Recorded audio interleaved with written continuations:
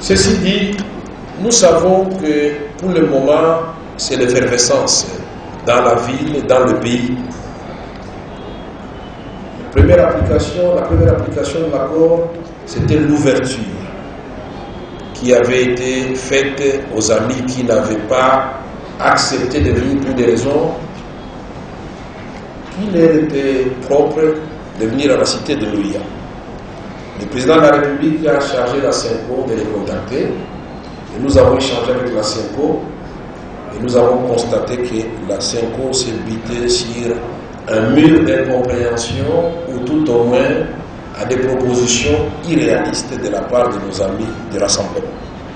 Parce que quand ils disent que le 19 décembre à minuit, Kabila cesse d'être président de la République, sans élection, et que le lendemain, le 20 décembre, le président Etienne Tshisekedi devient président, toujours sans élection, nous sommes dans quel type de démocratie? Moi, je dis que c'est la jeune. Et donc, nous allons encore une fois de plus inviter nos amis au bon sentiment, à la raison, pour qu'ensemble on sauve le pays. Donc, quelqu'un pense que nous sommes allés au dialogue parce que nous avions reçu promesse du président de la République de devenir Premier ministre, où nous avons reçu l'argent. Non, rien de tout cela. Nous savons que beaucoup d'entre vous le souhaitent, que vos prières soient entendues. Mais en ce qui nous concerne, nous aurons posé un acte historique. Et nous sommes en politique, nous savons que tout est possible en politique.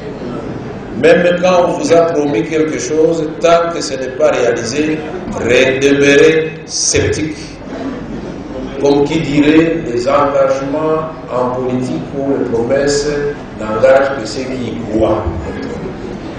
Nous sommes des politiciens, nous avons connu beaucoup de coups dans la vie, mais nous avons la capacité de nous refaire. Et je voudrais donc vous dire, du haut de cette tribune, que nous allons continuer à lutter aux côtés de notre peuple.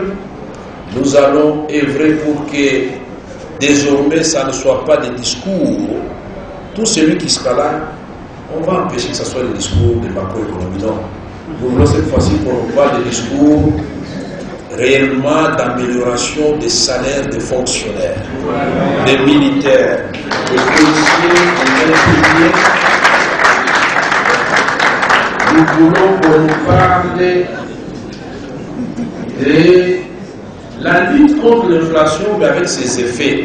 C'est-à-dire le prix des cartons de pioli aura réellement diminué, le prix du sac de procès de manioc a diminué, qu'on ne nous vende plus l'huile dans des petits sachets qui traduisent réellement la misère de notre peuple. Je voudrais, avec les chefs de confession religieuse et mes collègues, le président de la CENI, dont je salue la technicité et l'assiduité au travail, nul n'est prophète ce soir. Je voudrais aussi saluer mon grand frère, Chio Kitundu, et ensemble souhaitons la bonne chance à notre pays. C'est le plus important. Le reste, c'est Dieu qui fait droit à chacun de nous. Je vous remercie.